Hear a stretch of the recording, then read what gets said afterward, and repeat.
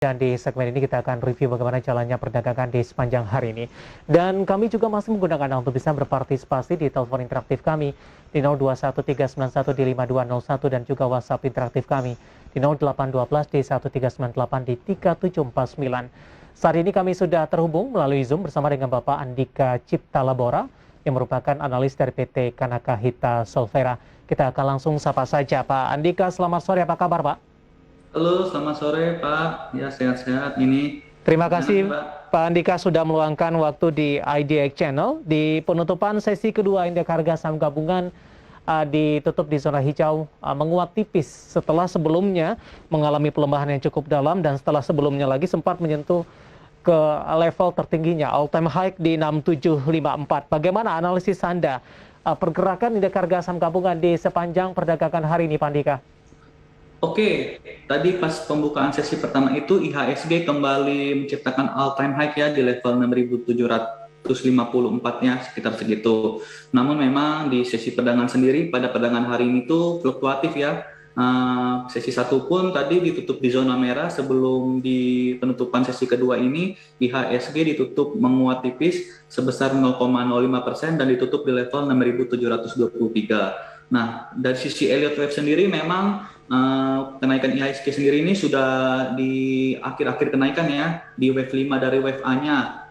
Sehingga memang sekalipun IHSG masih ada potensi kenaikan itu, potensi upside-nya sudah tipis ke sekitar 6.800 seperti itu Pak.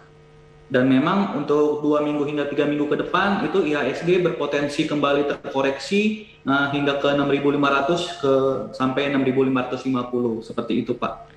Baik Pak Andika, hari ini yang banyak ditunggu juga oleh para investor Mitratel akhirnya melantai di Bursa Efek Indonesia dan diharapkan juga sebelumnya Mitratel akan menggairahkan pasar, akan membawa indeks harga saham gabungan ke level yang lebih tinggi lagi. Namun setelah IPO tampaknya Mitratel lebih cenderung mengalami koreksi. Bagaimana Anda melihat kondisi ini? Apakah ini sudah diprediksi sebelumnya atau tidak sesuai dengan ekspektasi dan harapan besar kepada Mitratel sebelumnya? Oke, memang hari ini IHSG kedatangan emiten yang ber-IPO jumbo ya. Mitratel sendiri kita ketahui meraup dana sekitar 18 triliun, yang memang nomor 2 ya di sejarah BI sendiri. Yang pertama itu masih Bukalapak ya, sekitar bulan Agustus tahun lalu itu di sekitar 21 triliunan meraup dana IPO. Ya memang kalau dari sisi kita lihat sendiri investor asing melakukan net sell ya sekitar 296 miliar di saham Mitratel pada perdagangan hari ini, dan memang Mitratel sendiri penurunannya pada perdagangan hari ini itu juga mengikuti induknya ya Telkom yang terkoreksi sekitar 2,56%. Ya nampaknya memang setelah tadi pagi Mitratel itu juga sempat menguat ya, investor melakukan aksi profit taking yang sudah mendapatkan dana, yang sudah mendapatkan barang Mitratel atau saham Mitratel itu di IPO seperti itu Pak.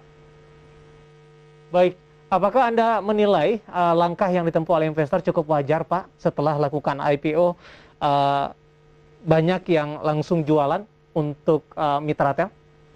Oke, kalau kita lihat sendiri Mitratel kan merupakan emiten pertoweran ya yang memiliki kurang lebih 28.000 menara yang memang terbanyak di Indonesia, sehingga memang investor asing lebihnya melihat kenaikan Mitratel sendiri ini untuk melakukan aksi profit taking dulu untuk nanti bisa melakukan aksi buyback kembali di harga yang lebih murah. Kalau kita cermati sendiri memang Mitratel ini sangat menarik ya kalau untuk jangka panjang, ditambah lagi emiten pertoweran yang sudah existing seperti TOWR dan TBIG juga sudah mengalami kenaikan dari tahun-tahun sebelumnya seperti itu Pak.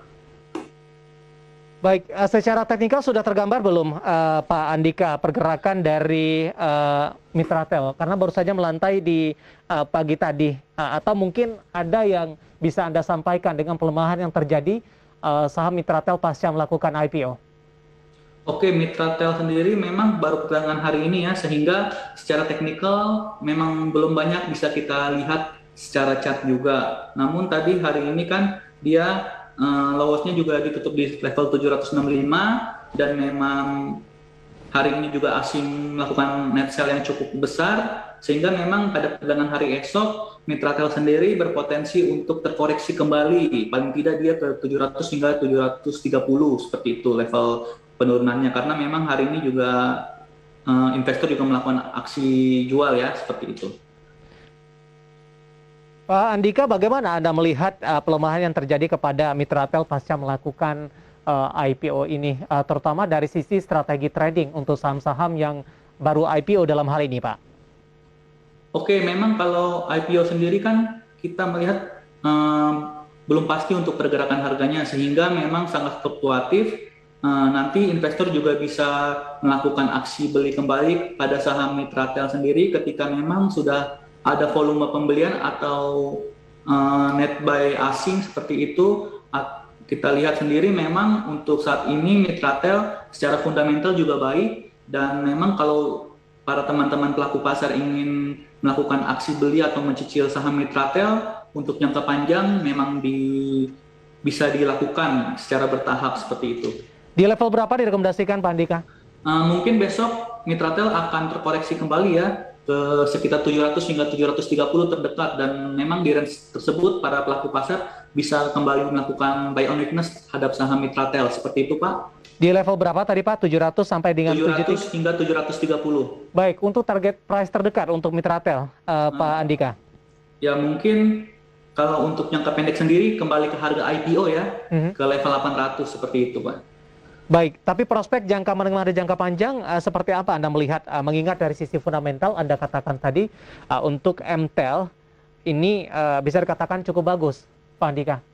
Oke, memang Mitratel sendiri tadi seperti yang sudah saya sampaikan memiliki 28.000 tower, dan memang emiten-emiten telekomunikasi juga menjadi langganan Mitratel, sehingga memang dengan memiliki market cap yang besar dan juga dia berpotensi untuk menjadi penggerak IHSG nanti ketika Windows dressing terjadi. Dan memang saham Mitratel ini sendiri juga kami perkirakan untuk jangka menengah hingga jangka panjangnya itu memang memiliki potensi yang baik, dikarenakan memang dia sendiri saat ini di emiten pertoweran sendiri memiliki market cap yang paling besar seperti itu daripada pesaing-pesaingnya seperti TOWR dan TBIG. Dan memang kalau kita lihat TOWR dan TBIG sendiri secara histori juga pergerakan harganya sudah sangat naik signifikan, sehingga tidak untuk kemungkinan Mitratel sendiri akan mengalami kenaikan seperti itu, Pak. Baik.